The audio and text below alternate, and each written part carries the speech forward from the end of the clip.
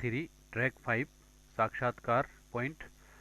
साक्षात्कार तकनीक का प्रयोग करते हुए भी गणित में विद्यार्थियों की शैक्षणिक उपलब्धियां तथा व्यवहारगत परिवर्तनों के मूल्यांकन में भी उचित सहायता मिल सकती है। इस तकनीक में भी जिस विद्यार्थी की उपलब्धियों या फिर व्यवहारगत परिवर्तनों का मूल्यांकन करना हो, उससे आमने सामने होकर के इस तरह के प्रश्न पूछे जाते हैं और जिनके उत्तरों के आधार पर भी तथा साथ ही उनकी व्यवहारगत चेष्टाओं के आधार पर भी उनकी उपलब्धियां तथा व्यवहारगत परिवर्तनों के बारे में उचित जानकारी ले ली जाए। साक्षात्कार लेने वाला है चाहे तो यहाँ पर पहले से ही तैयार प्रश्नों के उत्तर प्राप्त कर सकता है, अथवा वह परिस्थिति अनुसार ही ऐसे प्रश्न साक्षात्कार के दौरान भी विद्यार्थी से पूछ सकता है।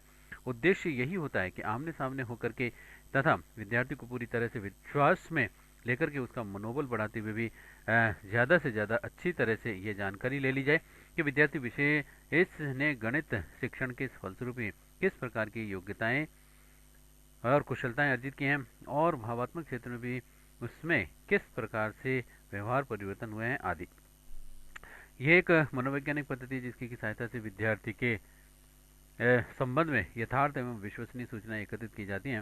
साक्षात्कार में व्यक्ति का व्यक्तित्व से संपर्क रहता है, व्यक्ति से संपर्क होता है और साक्षात्कार मुख्य रूप से भी निम्न प्रकार का होता है। पहले तो संरचित या फिर नियंत्रित, दूसरा है असंरचित या फिर अनियंत्रित, तीसरा व्यक्तिगत साक्षात्कार और चौथा सामूहिक साक्षात्कार, पांचवा सेवा व्यवसाय संबंधी साक्षात्कार और छठा सर्वेक्षण साक्षात्कार और सातवां अनुसंधान साक्षात्कार, आठवां बाह्य एवं आंतरिक साक्षात्कार। फिर परीक्षण, शब्दकोश के अनुसार ही परीक्षण का आशय है ऐसी स्थितियां उत्पन्न करना जो कि विशेष परिस्थितियों में किसी व्यक्ति या फिर वस्तु के असली चरित्र का दिग्दर्शन करें। अधिक किसी भी व्यक्ति या फिर व्यक्ति समूह के ज्ञान और कौशल, बुद्धि, अभिवृद्धि आदि अभिलक्षणों के मापन हेतु प्रश्नों, अभ्यासों या फिर अन्य साधनों वाले उपकरण तरीके को परीक्षण कहते हैं। दूसरे शब्दों में परीक्षण शाब्दिक या फिर गैर शाब्दिक अनुक्रियाओं या फिर व्यक्तियों के अन्य व्यवहारों के नमूनों के माध्यम से भी मानवीय व्यवहारों के एक या फिर अधिक पक्षों का यथासंभव वस्तुनिष्ठ रूप से भी समापन करने की तकनीक है। परीक्षण के परिणाम व्यक्ति को किसी खास अभिलक्षण के संबंध से एक अन्य स्थिति में रख देते हैं। परीक्षण से प्राप्त इस प्रकार की जानकारी व्यक्ति के निष्पादन की तुलना या तो निश्चित कसौटी या फिर अन्य व्यक्तियों के निष्पादन के साथ करने में सहायक होती है और इन दोनों ही परिस्थितियों में व्यक्तियों या फिर समूह के संबंध में विभिन्न महत्वपूर्ण शैक्षणिक निर्णय लिए जा सकते हैं। इन शैक्षणिक निर्णयों में वर्गीकरण, श्रेणियन, प्रोन्नति, मार्गदर्शन, अध्यापन, अधिगम, विधियों का पुनः अभिकल्पन और मूल्यांकन साधन आदि शामिल हैं। और परीक्षण के 3 प्रकार होते हैं। एक तो मौखिक परीक्षण, और इसमें वाइवा, वॉइस और ओरल टेस्ट।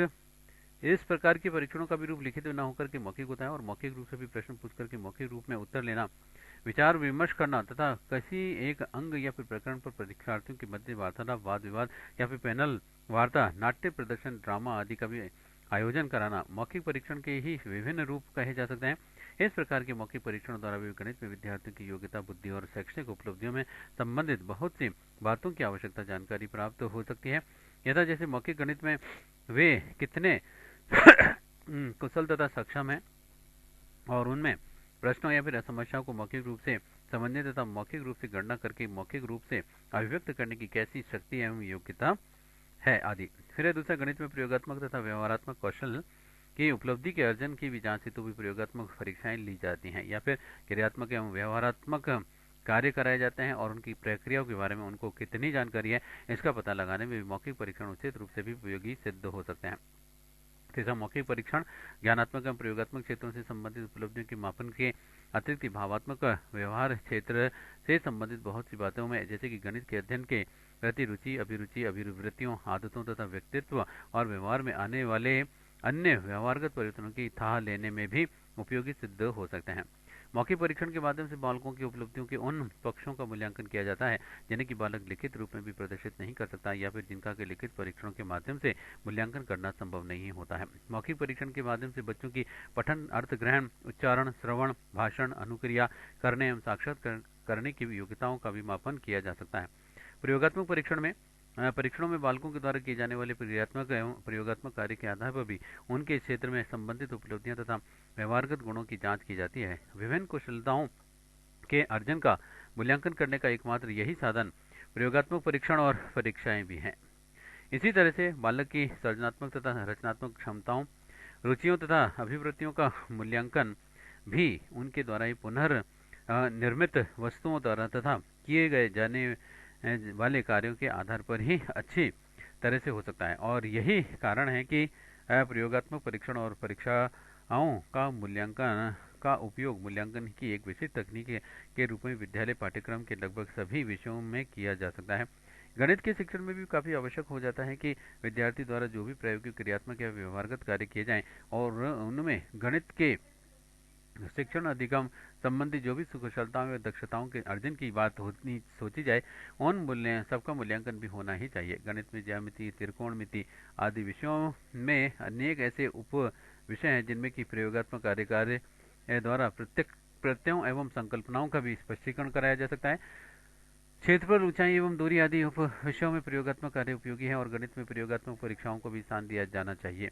प्रायोगिक परीक्षणों का प्रयोग बच्चों के मनो शारीरिक कामक पक्ष के उद्देश्यों का मापन करने हेतु किया जाता है और ये परीक्षण क्रिया आधारित होते हैं और जिनमें कि छात्र स्वयं प्रयोग करके सीखते हैं। प्रायोगिक परीक्षाएं करके सीखने एवं अवलोकन द्वारा सीखने के सिद्धांत पर आधारित होती हैं। प्रायोगिक परीक्षा में छात्रों को कुछ कार्य दे दिया जाता है जिसे कि वे स्वयं प्रयोगशाला में प्रयोग करके पूरा करते हैं और इन परीक्षणों को सहायता से छात्रों को प्रत्यक्ष अनुभव भी प्राप्त होते हैं। फिर लिखित परीक्षण, राइटिंग टेस्ट, ये परीक्षण जो है लिखित रूप से भी आयोजित किए जाते हैं जिनमें कि शिक्षार्थियों से लिखित रूप में भी प्रश्न पूछे जाते हैं और जिनके उत्तर एक निश्चित समय अवधि में भी उन्हें उत्तर पुस्तिका में लिख करके देने होते हैं। मौखिक परीक्षाओं की अपेक्षा ये अधिक प्रभावशाली होते हैं और लिखित परीक्षाएं इकाई, साप्ताहिक, मासिक, त्रैमासिक, छमाही एवं वार्षिक आदि रूपों में भी हो सकती है और गणित शिक्षण में भी आंतरिक तथा बाह्य परीक्षाओं से संबंधित अधिकांश कार्य लिखित परीक्षणों के माध्यम से ही संपन्न होते हैं। इस प्रकार के परीक्षणों में लिखित सामग्री, पेपर, पेंसिल, पेन, इंक आदि का प्रयोग किया जाता है। यह परीक्षा व्यक्तिगत तथा सामूहिक दोनों रूपों में ली जाती है। विद्यार्थियों के द्वारा जो उत्तर अपनी उत्तर पुस्तिका या फिर उत्तर पत्र पर दिए जाते हैं उनसे उनके सही या फिर गलत होने की जांच अध्यापक द्वारा ही की जाती है और उनके आधार पर ही उन्हें अंक प्रदान करके उनकी गणित संबंधी शैक्षणिक उपलब्धियों का भी मापन तथा फिर उसका गुणात्मक विवरण प्रस्तुत करने का प्रयत्न किया जाता है। और गणित शिक्षण के मूल्यांकन में प्रयुक्त इन लिखित परीक्षाओं में जिस प्रकार के प्रश्न पत्रों से रचना की जाती है उनके सामान्यतः निम्न 3 रूप देखने को मिलते हैं। पहला तो निबंधात्मक प्रश्न, दूसरा लघु उत्तरात्मक प्रश्न और तीसरा वस्तुनिष्ठ प्रश्न। निबंधात्मक प्रश्न में निबंधात्मक प्रश्नों का उत्तर विस्तार से निबंधात्मक रूप में देना होता है और उत्तर की शब्द सीमा निर्धारित नहीं की जाती है। यह परीक्षा का पुराना एवं परंपरागत तरीका है। इन परीक्षाओं में विद्यार्थी को अपनी विचारों की अभिव्यक्ति की पूर्ण स्वतंत्रता होती है जिसमें कि उसके व्यक्तित्व की छाप स्पष्ट रूप से भी प्रतिबिंबित होती है। प्रश्नों के उत्तरों में पूर्ण स्वच्छंदता, विस्तृतता तथा गहनता होने के कारण इनमें विविधताओं का भी होना स्वाभाविक हो जाता है। इस प्रकार के उत्तर संबंधी विविधताओं का मूल्यांकन करके बालकों की उपलब्धियों की तुलना करने का कार्य परीक्षकों द्वारा किया जाता है। निबंधात्मक परीक्षा में छात्र की उपलब्धि के साथ साथ ही उनकी अभिव्यक्ति क्षमता, लेखन क्षमता, रुचियां, अभिवृत्तियां, कुशलताओं आदि का सही मूल्यांकन किया जाता है। साथ ही इनसे विद्यार्थियों के हस्तलेखन एवं भाषा शैली का भी मूल्यांकन भी किया जाता है। लघुतरात्मक प्रश्न है। लघुतरात्मक प्रश्नों के उत्तर बहुत ही छोटे, लगभग 50 से 100 शब्दों में देने होते हैं। सामान्यतः ऐसे प्रश्नों में सही ही उत्तर सीमा लिख दी जाती है और जो कि 15 से 20 शब्दों से लेकर के 100 से 150 शब्दों तक हो सकती है। इस प्रकार के प्रश्नों से छात्र की अपनी बात को संक्षिप्त एवं सारगर्भित तरीके से प्रस्तुत करने की क्षमता को जांच की जाती है।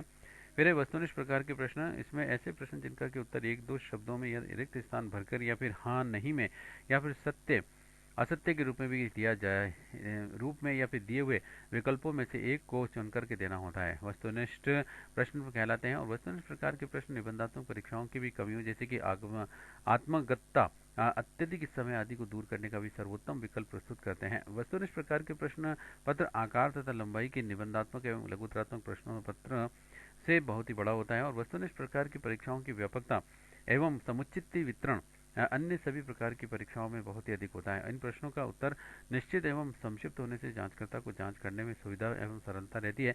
इस प्रकार के प्रश्नों में वस्तुनिष्ठता बनी रहती है तथा यह पद्धति अध्यापक को छात्र के प्रति मोह, इच्छा या फिर द्वेष होने पर भी यथार्थ मूल्यांकन के लिए बाध्य करती है। वस्तुनिष्ठ प्रश्नों के प्रकार हैं।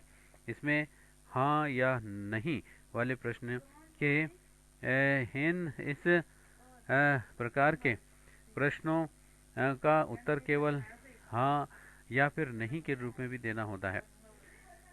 वह सत्य असत्य प्रश्न, इन प्रश्नों में दिए गए कथन के सत्य या फिर असत्य होने के बारे में लिखना होता है।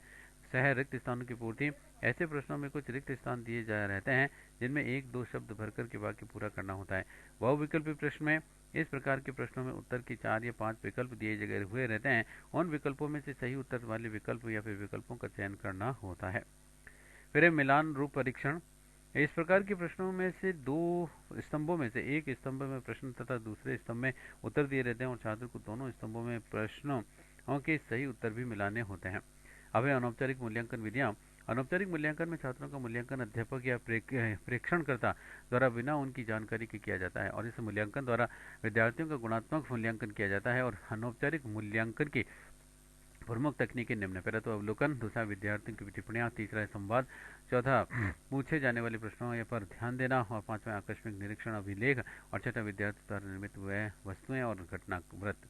अवलोकन या निरीक्षण में, अवलोकन आंख के द्वारा विचारपूर्वक किया जाता गया अध्ययन है और जिसको कि सामूहिक व्यवहार एवं जटिल सामाजिक व्यवस्था के साथ साथ ही संपूर्ण का निर्माण करने वाली पृथक इकाइयों का सूक्ष्म परीक्षण करने की एक प्रणाली के रूप में भी प्रयोग किया जा सकता है।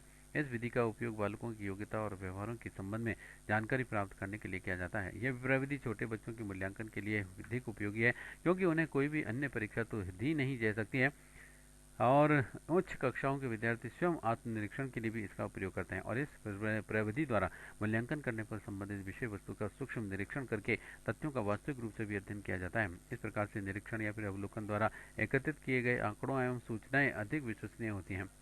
गणित शिक्षण में निरीक्षण अवलोकन द्वारा छात्रों की उपलब्धियों के विषय में सूचनाएं प्राप्त की जाती हैं। इस प्रविधि में बालकों में असंवेगात्मक स्थिरता, सोचने के तरीकों में यथार्थता तथा मानसिक परिपक्वता आदि के विषय में सूचनाएं कक्षा शिक्षण के दौरान निरंतर प्राप्त की जाती हैं। बालक के व्यवहारों में वांछित परिवर्तन उसके समस्या समाधान करने की क्रिया के निरीक्षण के द्वारा मूल्यांकित किया जाता है और अवलोकन सहभागी एवं असहभागी नॉन प्रेटिसेपेटरी हो सकता है। और सहभागी अवलोकन में भी कि जिस बालक या फिर समूह का अवलोकन होता है, अवलोकन करता उस समूह के एक अनजान की भांति सहभागी बनकर के अवलोकन करता है और असहभागी अवलोकन में अवलोकन करता है किसी भी ऐसे स्थान पर बैठ करके या छिप करके अवलोकन करता है जहां से वह उस समूह की सभी गतिविधियों का अवलोकन कर सके। संवाद, इस विधि में छात्रों से विभिन्न विषयों के पर संवाद या फिर वाद विवाद करवाया जाता है और इसमें उनके द्वारा प्रस्तुत किए गए तथ्यों और उनके प्रस्तुतिकरण के तरीकों पर आपस में एक दूसरे के साथ में व्यवहार का मूल्यांकन किया जाता है। पूछे जाने वाले प्रश्नों पर ध्यान देना, इस विधि में भी छात्र द्वारा कक्षा शिक्षण में के दौरान या फिर अन्य पाठ्येतर सब गतिविधियों के दौरान पूछे गए प्रश्नों पर कितना ध्यान दिया जाता है तथा उनके उत्तर देने में छात्र द्वारा किस तरह का व्यवहार प्रदर्शित किया जाता है। ये मूल्यांकन द्वारा उनकी रुचि, दृष्टिकोण, अनुभूति एवं व्यक्तित्व के गुणों का भी मूल्यांकन किया जाता है। इसके साथ ही छात्रों द्वारा अध्यापक से पूछे गए प्रश्नों के आधार पर भी अनेक ज्ञान एवं बोध तथा व्यक्तित्व का मूल्यांकन किया जाता है। आकस्मिक निरीक्षण अभिलेख है। इस अभिलेख के आधार पर विद्यार्थियों के संबंध में सामान्यकरण किया जा सकता है और निर्देशन में उसे प्रयुक्त किया जा सकता है। इस आलेख में विद्यार्थियों के व्यवहारों से संबंधित महत्वपूर्ण घटनाओं तथा कार्यों का वर्णन किया जाता है। आकस्मिक निरीक्षण अभिलेख में निरीक्षणकर्ता द्वारा बालकों की रुचियों तथा दृष्टिकोणों को उत्पन्न करने वाले कारकों या फिर घटकों का भी उल्लेख किया जाता है और इसके द्वारा मुख्यतः बालक के सामाजिक गुणों तथा समायोजन का अध्ययन आसानी से किया जा सकता है। मेरे विद्यार्थियों की टिप्पणियां, इस विधि में अध्यापक शिक्षण कार्य एवं अन्य गतिविधियों के संबंध में भी छात्रों से अपने विचार प्रकट करने को कहते हैं जिनके आधार पर भी छात्रों के व्यक्तित्व एवं अधिगम का मूल्यांकन किया जाता है। इसके अलावा विद्यार्थियों द्वारा शिक्षण एवं अन्य गतिविधियों के संबंध में भी समय समय पर भी क्या टिप्पणियां की गई हैं उनके आधार पर भी छात्रों की रुचि, ज्ञान के स्तर और अवबोध समझ आदि का मूल्यांकन किया जाता है। शिक्षार्थी द्वारा निर्मित वस्तुएं हैं। शिक्षार्थी के स्वयं के द्वारा भी बनाई गई वस्तुओं से भी उनके कौशल और रुचियों का भी पता चलता है। उदाहरण के लिए जैसे किसी छात्र के द्वारा निर्मित चित्रों को देख करके केवल इतना ही पता नहीं लगता कि उसमें चित्र बनाने का कौशल किस कोटि का है, अभी तो उनके प्रकार को देखते हुए उनकी रुचियों के बारे में भी जानकारी होती है। हम जानते हैं कि छोटे बच्चे प्राय पशु पक्षियों के, किशोर प्राय प्राकृतिक दृश्यों के और युवक युवतियां प्राय भिन्न लिंगियों के चित्र बनाते हैं। रुचियों का क्षेत्र तो बहुत ही व्यापक होता है इन वस्तुओं को देख करके हम उस व्यापक क्षेत्र में बच्चे की रुचियों के क्षेत्र का भी सरलता से पता लगा लेते हैं। घटनावृत्त से तात्पर्य उन अभिलेखों से होता है जो कि शिक्षक किसी भी शिक्षार्थी के विषय में तैयार करते हैं। इस प्रकार के अभिलेखों में शिक्षार्थी से संबंधित विशेष घटनाओं को भी अंकित किया जाता है और जिनके द्वारा उनके संवेगात्मक व्यवहारों की जानकारी होती है। इन अभिलेखों की सहायता से बालक के सामाजिक व्यवहार, दूसरे के प्रति दृष्टिकोण और व्यक्तित्व व्यक्तित्व के अन्य पक्षों के विषय में जानकारी प्राप्त की जा